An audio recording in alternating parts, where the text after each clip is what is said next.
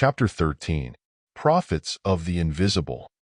As music is representative of both thought and feeling, it must not only be varied in form, but the best thoughts that the mind can give and the deepest things the soul can feel must enter into its composition.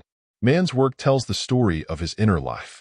If it is the work of a Michelangelo, a Leonardo da Vinci, a Beethoven, or a Wagner, then such work must be a true expression of his highest self. There is no way for a man to attain lasting greatness save through the development of his own innate powers and possibilities. All greatness comes from within, but in order to benefit the man or the world, it must take form in the world, and the tree must become known by its fruit. It is expected of all that each shall live his own life, and live it to the full on every plane of being, from the elemental plane even to the Christ plane, so that each man will, eventually, contain within himself the full record of all life, because he has lived to the full on every plane of being. Rhythm and melody are both true expressions of man's inner life, but they must become fully expressed in his outer life so that there may be the perfect correspondence between inner and outer. The greatest composers will ever resort to the inner, but they will seldom, if ever, be unmindful of the outer form. The vision is first, the form is last, and the composer who tries to reverse this order will never be able to produce great or soul-satisfying music. Mozart and Beethoven both employed a great variety of rhythm because they were true interpreters of what might be called the higher or celestial music. But no composer, however great, has ever been able to reach the limit of musical rhythm, because the rhythm of music comes to us from infinity itself.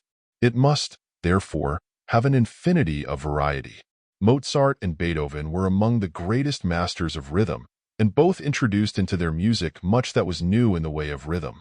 It is doubtful whether any poet ever lived who exceeded Tennyson in variety and beauty of rhythm, and yet the rhythm used by either Mozart or Beethoven far outdistanced in number and variety that of Tennyson. Poetry, while more nearly related to music than any other of the arts, is nevertheless greatly restricted in its expression, because the poet, in his effort to give expression, draws more from the external side of life. Consequently, the mind is used more than the soul. There can be beautiful, descriptive poetry, such as is to be found in the poetical works of Sir Walter Scott, Thomas Moore, or Lord Byron, where mentality alone is used almost entirely. We might call them word painters of nature. But music is in no way dependent upon the spoken word. Too often do the words associated with music serve only to detract from its value. There is no doubt in the mind of the writer that the librettos for Mozart's operas and the verses used for other of his music too often kept him from doing his best work. A composer cannot become very much inspired by the work of another which in every way falls so far short of his own, and it is to be observed that wherever the verse was of a high order, Mozart was always at his best. He certainly labored under the disadvantage of having no composer of verse who could, to any degree, live up to his music. Wagner had at least the stimulus of his own poetic work to aid him in his musical composition. Rhythm enters into the life of everything, and there is just as much variety of rhythm as there is variety of sound, color, or form. He who is in closest relation to all that is greatest in life will give a far truer and better expression than the one who looks at life in a superficial way. Let the composer realize that music is the language of the heart, and that this language should not be abused by prostituting it to ignoble ends or purposes, when he has the power through the language of music to talk to others of the very highest and most wonderful things in life. He can really become one of God's prophets to give to the world something that shall not perish, or he may use his God-given gift to call out only that which is vicious and purely emotional in the life of man. We can have infinite variety in music without taking away any of its true qualities. If the music of every composer were a true expression of the indwelling spirit, then we should have less poor music than we have at the present time, and we should have far more originality, because, if each composer, instead of trying to copy after someone else whom, perhaps, he thinks a greater master than himself, should go directly to the fountainhead, he would get something new, something original, that would be better than anything he could possibly copy from another.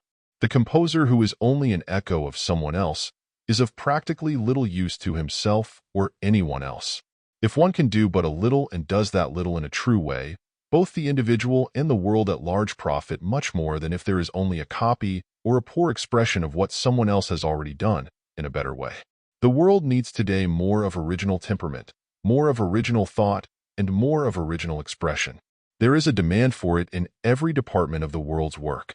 No man should ever allow himself to become a mere recorder of what other people have thought and done.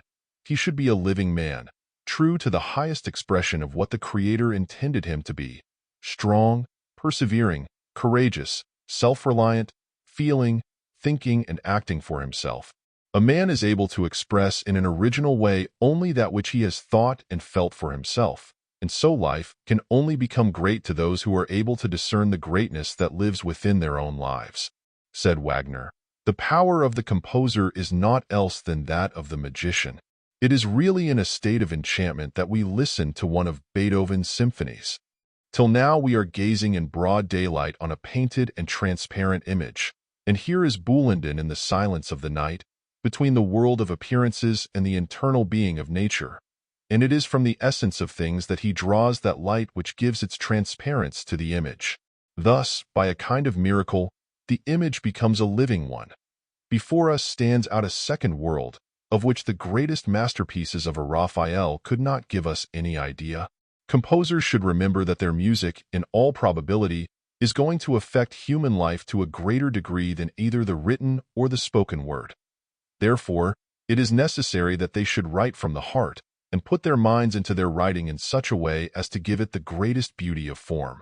The composer who is bringing something new into his work is adding that which will give to music still greater value, even if the expression is only of some partial phase of life. It is not every composer who can be a Beethoven or a Wagner, but there are many who are able to add valuable contributions to life, and by so doing greatly enrich the musical world. I am convinced that in practically every human being there is a latent force that, to a marked degree, is unknown and consequently unused, but which, if called into a state of conscious activity, would enable one to accomplish 4 or 5 times more work of either a mental or a physical nature than is commonly done at the present. I believe music can be used as a means for the liberation of this energy, and not only this, but that it may be used as a means of enabling one to do one's work in a natural, rhythmic way, so that the same amount of energy used will give far greater results than can be obtained by our ordinary methods. There are many tense and abnormal ways of doing things which give comparative little result, yet use up a great deal of energy, and, if we could introduce natural methods into all our work, mental and physical, we should find that the same work could be done with far greater ease and with less expenditure of energy. From first to last there is a unity of law in music, but an infinite diversity of expression. No two composers are alike, and if they make their compositions a true expression of their inner thoughts and feelings, each will give a new expression of the law, or each will produce original music, something that is not merely a copy of someone else. The production of new music can never cease. As long as the soul feels and the mind thinks, music will continue to give expression to thought and feeling, bringing to life an ever unfailing supply. Probably in the last 200 years greater things have been accomplished by composers than have ever been done in the world's history, and the fields opened have shown still greater possibilities for musical achievement. And because the highest music is an expression of one's soul, or, I might say, an expression of the universal soul, it comes nearer to the heart of the infinite than perhaps anything else in life. Music can, therefore, never have real beginning or ending. And here is truth, but it please thee not. Take thou the truth as thou hast told it me. For truly, as thou sayest, a fairy king and fairy queens have built the city, sun. They came from out a sacred mountain cleft toward the sunrise, each with harp in hand, and built it to the music of their harps. And, as thou sayest, it is enchanted, sun. For there is nothing in it as it seems saving the king. Though some there be that hold the king a shadow, and the city real. Yet take thou heed of him, for, so thou pass beneath this archway, then wilt thou become a thrall to his enchantments. For the king will bind thee by such vows as is a shame a man should not be bound by, yet the which no man can keep. But, so thou dread to swear, pass not beneath this gateway, but abide without, among the cattle of the field. For in ye heard a music, like now they are building still, seeing the city is built to music, therefore never built at all, and therefore built forever. There is a music of the spheres wherein worlds and suns and countless systems of worlds and suns and their movements sing praises to God in a beauty and in a glory of sound and color not yet conceivable by the mind of man. Knowledge, as we understand it, may pass away, prophecy may cease, but music will exist when time shall be no more. We might say that music is the foundation of all the arts, that all the varying arts are only different expressions of the great law of rhythmic music. I have referred elsewhere to the fact that the great composer draws his inspirations from a universal source, but before he can do this he must, in a sense, have become attuned to that source. I do not mean to say by this that his constant source of supply is consciously found in the universal. Occasionally, he may be found depicting many things which appeal to him from the external side of life. Often, too, he is drawing his inspiration from his own subconscious mind, yet such music, while it may occasionally contain passion, cannot contain anything that is really new or vital to life. To a degree, the composer puts himself into the music. We can note that especially in the form the music takes. But if his music is to be really great, he must go beyond the limitations of the self. Through his own development, call it character if you will, he is able to reach out and touch something in life that is greater than any mental knowledge of which he is conscious.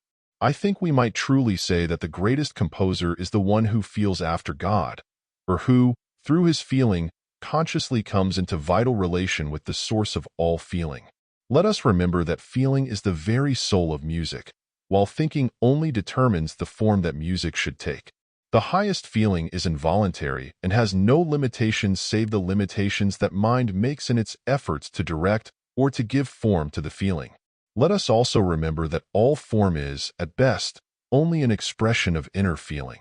The great composer must be so sensitive and magnetic that he will instantly respond to the touch of feeling, whether it be that which comes from another soul or from the universal soul. Such a development is bound to express itself in vivid imagination so that all the inner feeling will tend to give color and beauty to his thought pictures, and such ideas, in turn, will become perfect forms of expression, so that we have feeling, idea, and expression corresponding in turn to soul, mind, and body. The office of the religious composer is a very much higher one than that of the preacher. Usually the preacher, through the spoken word, appeals to man, in a very marked degree, through his mind, but the composer appeals to him through his heart or soul. This makes it the more necessary that he should speak from spirit to spirit.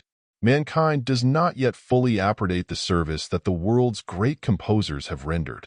If there were real appreciation, we would build more wonderful monuments to the Mozarts, the Haydns, the Handels, the Beethovens, the Wagners than any we build to our greatest warriors or statesmen.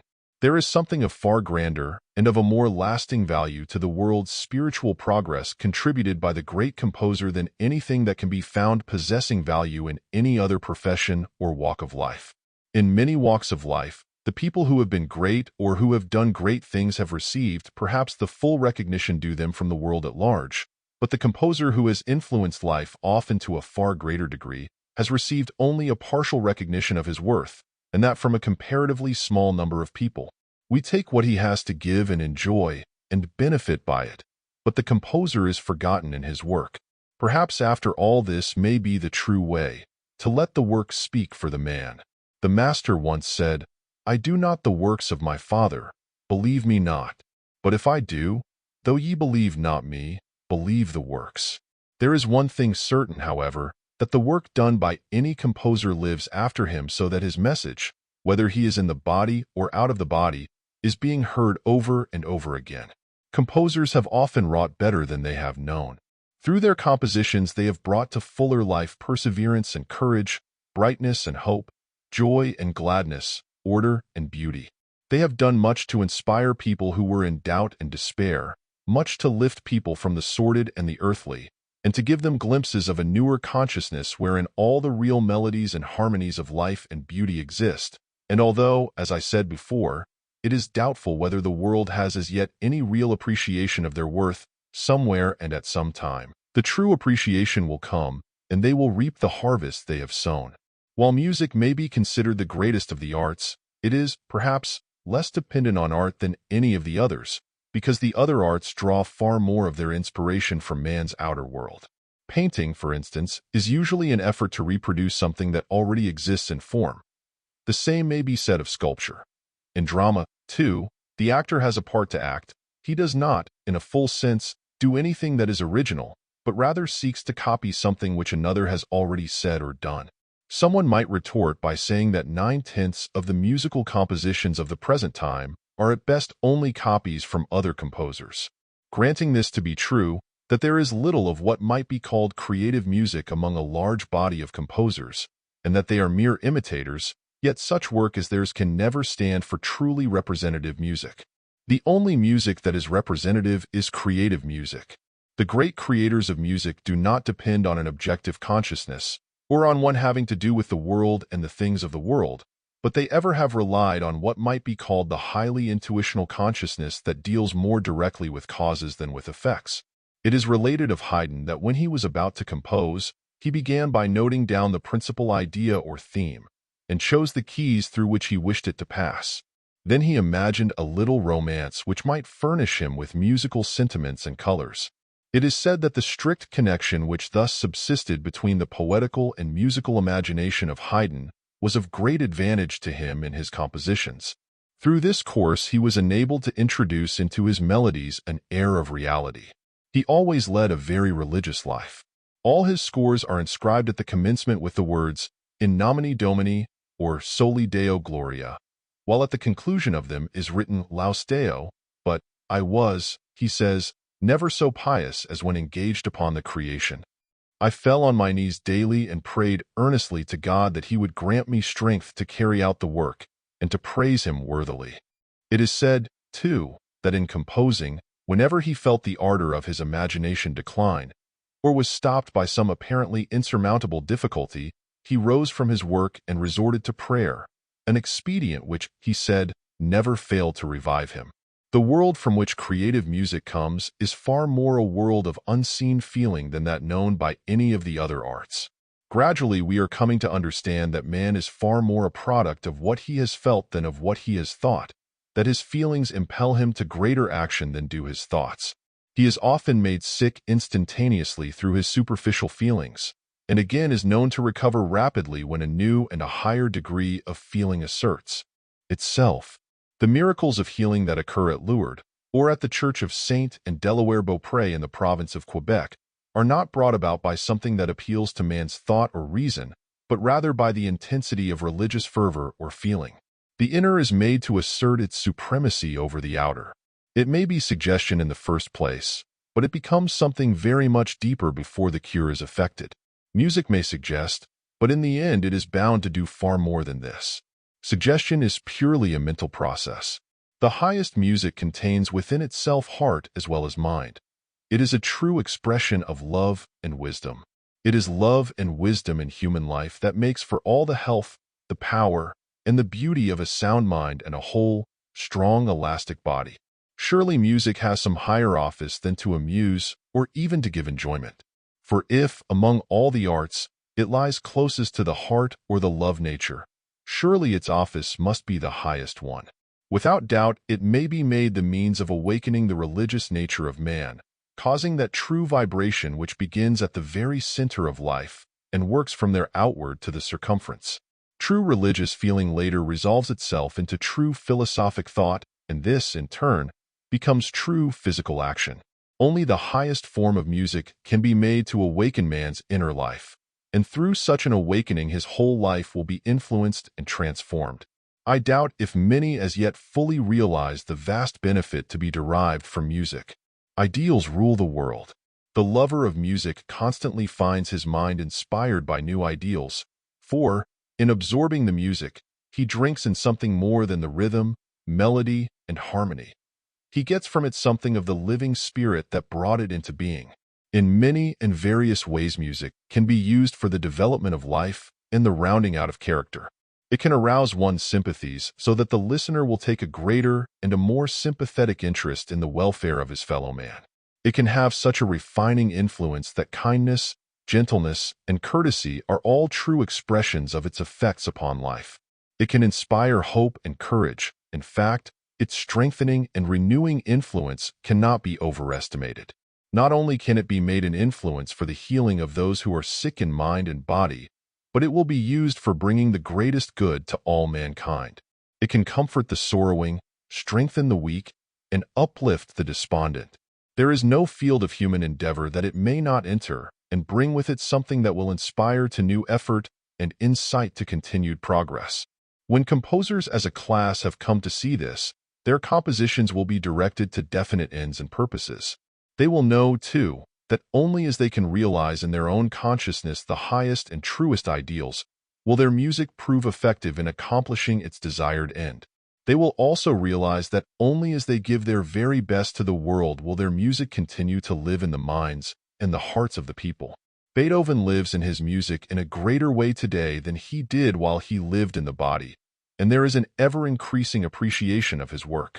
While he may not have lived a happy life, yet he gave so much happiness to others through his music that in doing this he was storing up real riches for himself. When he passed from the world, he took these with him. For the only riches one can take into that other phase of life are the accumulations of heart and mind.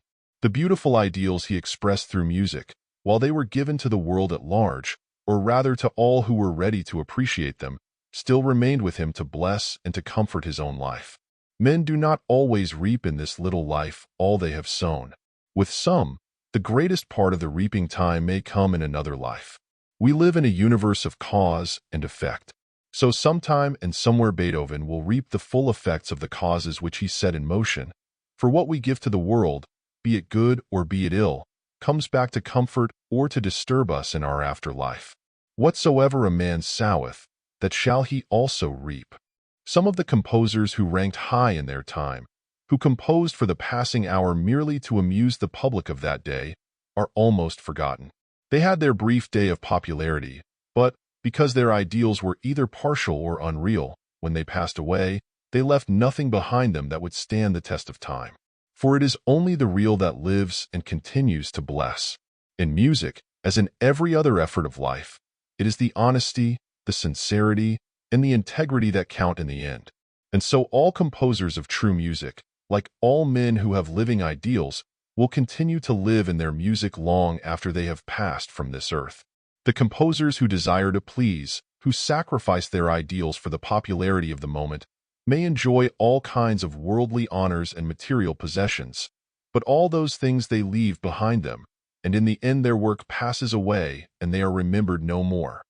While all that is true in music will live, whether it be a great symphony by a Beethoven or the light, joyous music filled with the sweetness and innocence of Mendelssohn's Spring Song or Wedding March. Because life is many-sided, there must be the joyous and the light, as well as the serious and the strong. And composers, in order to be true to themselves, must give full and true expression of what they feel and think in every phase of life. Not every composer can be a Beethoven or a Wagner, but every composer can be true to his highest self, and can express that truth just as much in the bright, joyous song as someone else can do in a more serious production. Only in this way will music come to take its proper place in life. While music may be made to portray every human emotion, nevertheless we know that there are unreal, as well as real, emotions, and that the music that deals with the unreal only serves to perpetuate the unreal, and can serve no really beneficial purpose. Some may say that such music is needed by way of contrast, that it merely serves as a background for the appreciation of music of a higher class. I do not believe that this is true. The musician might say that it is only through discords that perfect music is brought out, and that, if the discords were left out, music would have a degree of monotony in it that it does not now possess. Granting the truth of this, it does not follow that the unreal emotions should be exploited in order to make the real emotions manifest, for everything necessary in the way of contrast will be found by following natural methods. I might illustrate it in this way, that even the joyous songs written by composers of northern countries have their undertone of sadness as the result of the great struggle of life. In other words, there will come into the music quite sufficient of emotional disturbance without any special effort of the composer to put it there. The great composer is a psychologist of no mean order. He deals with all the hidden wonders and mysteries of life. Through his soul, he comes in touch with the great oversoul, and all his inmost feelings are quickened. With his inner ears he hears the soundless music, With his inner eye he sees the wonder and beauty of invisible color. The outcome of this consciousness is to renew his mind so that he is able to give outer beauty of form to the rhythm and melody that he feels and hears in the inner life. The form is only the casket that contains the real jewel, but it is fitting that the casket, which is made to contain such priceless jewels, should be a thing of beauty. Beethoven declared that music is a higher revelation than science or philosophy, and adds that it was listening to the spirit within him that inspired him to produce music. Mozart said, "I have never written the music that was in my heart to write.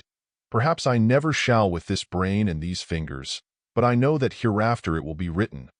When, instead of these few inlets of the senses, through which we now secure impressions from without, there shall be a flood of impressions from all sides, and instead of these few tones of our little octave, there shall be an infinite scale of harmonies. For I feel it, I am sure of it. This world of music whose borders even now I have scarcely entered, is a reality, is immortal." The greatest composers and many of the greatest thinkers have always thought of music as an inspiration from within, a consciousness almost apart from themselves, something they listened to and heard and later tried to transcribe. But in the doing of this, they felt unable to reproduce all that they were capable of hearing. The highest music contains within itself all that is fundamental in human life. It tells of the whole passion of the soul. It does not deal with concrete thought or expression, yet there would be no thought or expression without music, for music is the all-compelling power. There is a rhythm to all that we are able to feel, and the deeper the feeling, the more effectively it acts on both mind and body, renewing and quickening all our mental and physical forces. Under such a condition, there is a perpetual influx of power, making for greater mental and physical health and strength. New and living ideals are generated in the mind. New desires fill the life, and desire, in turn, becomes a motive power that is the forerunner of all performance. Rhythm is the first expression of feeling. If God is love, then rhythm must be the first outpouring from the great heart of love. We do not see or hear rhythm. We feel it through the inner impulse of life. We feel after God. We hear, and perhaps see, musical sounds and musical melody. We are able to give body or form to musical sounds by the use of harmony. Rhythm is the first impulse of love. Harmony is its last expression. Music comes out of the invisible as much as the soul of man comes out of the invisible. Man, when embodied on this earth, begins, as it were, to make a new environment for himself, to change the face of the earth, to cause the desert to blossom and bring forth fruit. Everything he comes in contact with is to some degree affected by his presence. Music exerts the same kind of influence because music, like man's soul, exists in the great Oversoul and radiates from that Oversoul to the very circumference of life itself. And while it is more truly subjective than human thought or ideals, it nevertheless exerts a power on all natural expression, for all nature is an expression of God, and the rhythmic, melodious music which exists in the heart of the soul must extend to the most objective phenomena, because, if God is at the center, he is also at the circumference. And where God is, there is feeling, rhythm, and melody. Only our ears are so dull that we cannot hear.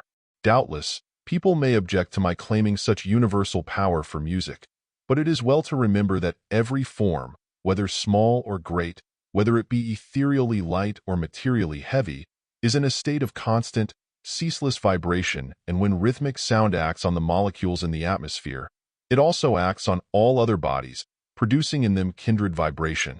So it is no mere figure of speech when we read that the stars sing together and that the leaves on the trees clap their hands and are glad. The whole material universe is responding to music and is also giving out music. We are living in a universe in which one life is immanent in all objective form, and in which one life is also transcendent, life that is within and without all things. Nature has a living soul, just as much as man has. The soul of the universe is not divided, separated, or detached. One soul lives in all, and through all and above all. Everything is a manifestation of the divine love and wisdom that underlies all existence. Everything is brought into objective form through the rhythm and melody of vibration. Divine love is at the center. Divine love permeates the whole.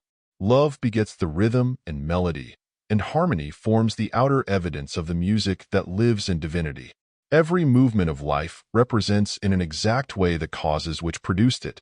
Music is not the result of just one emotion in life, but of every true, rhythmic emotion.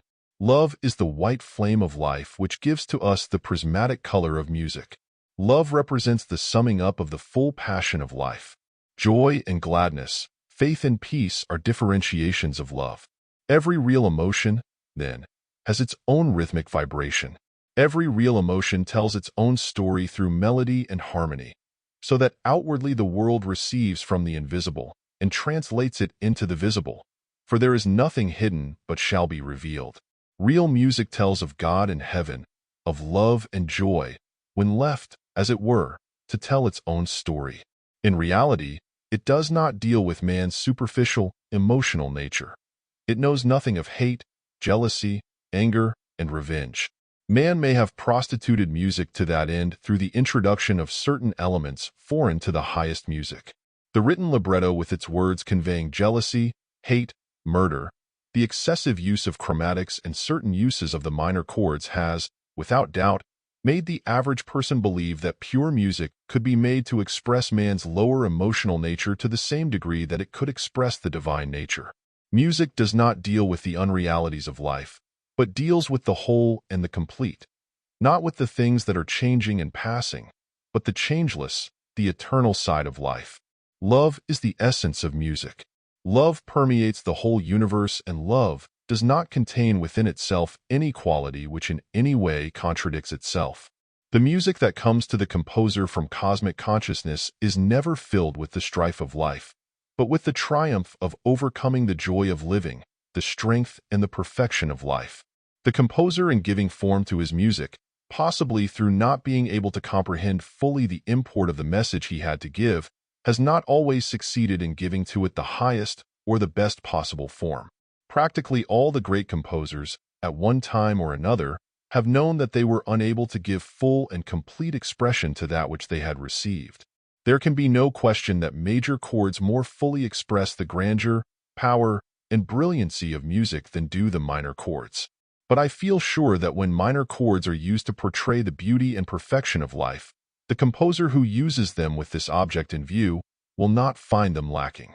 Too often, however, they are used to depict man's unreal emotional nature.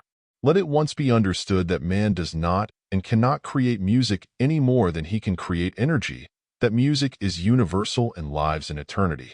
But man may discover it, and through knowledge give it form or embody it. Between the inner rhythm and the outer harmony, there comes the melody which may be said to partake, in a way, of both inner and outer. The melody is the mystical language in the mind of the composer, but it is to be made more tangible in a way to the listener through the use of harmony.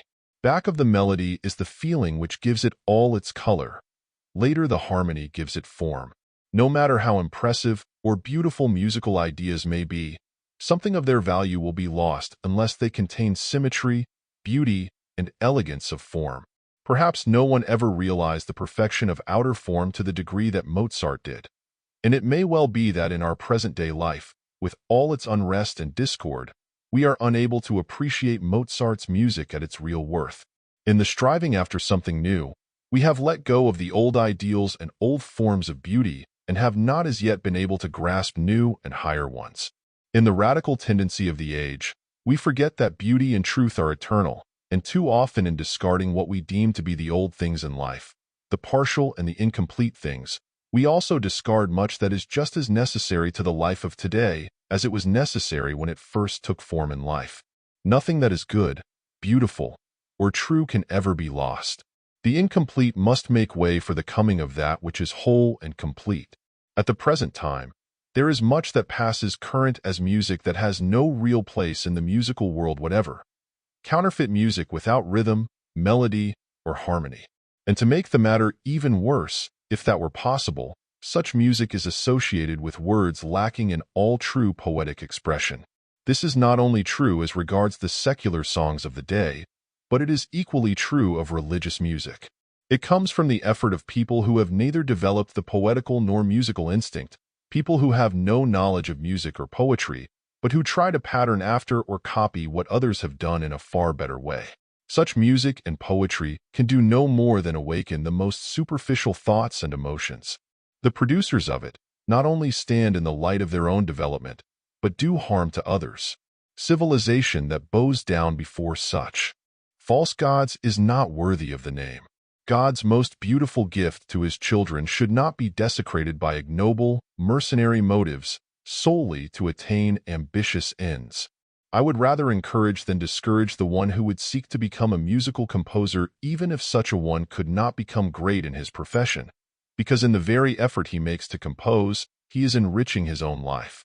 No one can compose music without benefiting his own nature, without getting a more beautiful outlook on life, if he is honest in his efforts and tries to do the very best he is capable of doing. The composer may only hope to give beautiful and soul-satisfying music when he draws it from the depths of his highest consciousness. No matter how much he may study the works of other composers, no matter to what degree he may have developed form, he must have the musical consciousness in order to make music. The imitator or the plagiarist can never produce music worthy of the name. He stands in the same relation to a real composer that an iron or a brazen bell does to a silver or a golden one. And yet the world is full of people who are so unattuned, so discordant in mind that they prefer that which is hardly the semblance of music or poetic beauty to that which is both real and beautiful. Sudermann has said, "The greatest and highest thing one possesses in the world is his life's melody, a certain strain that ever vibrates, that his soul forever sings, waking or dreaming, loudly or softly, internally or externally." Others may say his temperament or his character is so and so. He only smiles, for he knows his melody and he knows it alone. What each person needs is to find his own melody, and not only to find it, but to let it sing hour by hour in his everyday life. Through doing this, he will find that he is making progress, that his melody is bringing to him not only the real satisfaction of his present life, but is preparing the way for a still higher life. Haydn was once asked which he liked the better of his two oratorios, The Seasons or The Creation. He said The Creation, because in the creation angels speak, and their talk is of God. The great Handel completed the score of the Messiah in 14 days. Speaking to someone of the Hallelujah chorus, he said, "I did think I did see all heaven before me, and the feet of God himself. It is said of him, also, that his tears mingled with the ink as he penned the notes," said Helmholtz. Just as in the rolling ocean, the movement, rhythmically repeated, and yet ever varying, rivets our attention and hurries us along.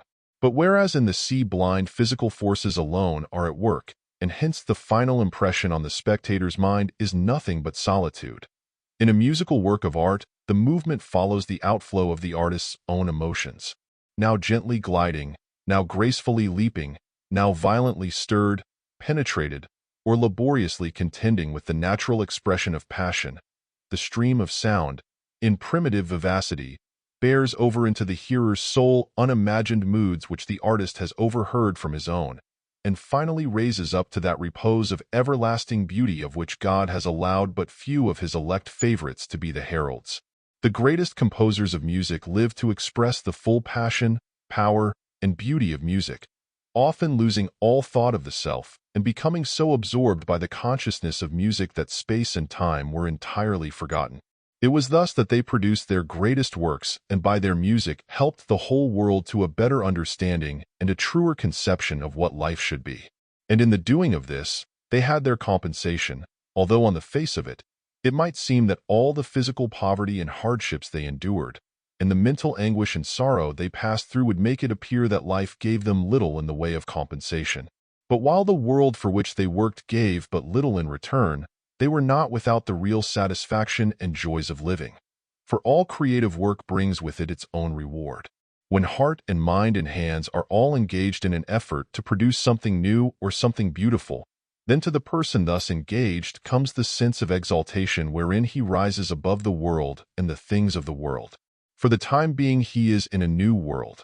He has lost all consciousness of the past, and is living in the wonder and beauty of the eternal present. There is sweet music here that softer falls than petals from blown roses on the grass, or night dews on still waters between walls of shadowy granite, in a gleaming pass. Music that gentler on the spirit lies than tired eyelids upon tired eyes. Music that brings sweet sleep down from the blissful skies. Here are cool mosses deep, and through the moss the ivies creep, and in the stream the long-leaved flowers weep, and from the craggy ledge the poppy hangs in sleep. Were it not for this power to penetrate, as it were, into the invisible and realize the wonder and ecstasy of a higher consciousness, it would not have been possible for a great composer to exist and produce really beautiful, soul-satisfying music in a world constituted as it is today, or even in a world of the past. For the everyday world of man's life is so filled with the things that do not count, the dull, dead materialism, and the constant grind of the body of humanity in order to maintain a purely physical existence, that all spiritual vision is entirely shut out, or at least largely obscured.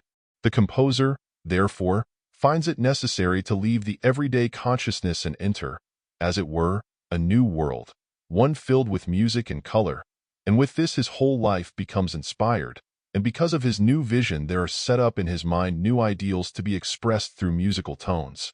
The composer who can fully realize the truth of this and who uses his divine power to express the eternal love and joy of life becomes a true savior of the world to lead man out of the thraldom and bondage of material thought and desire, and cause him to realize not only his kinship to God, but his true relation to his fellow men. And the composer who through his life-giving music shall awaken the love of God and of man in the breasts of his fellow men, shall rank with the greatest prophets of all time, a divinely inspired prophet with a divinely inspired message of peace and goodwill to all men.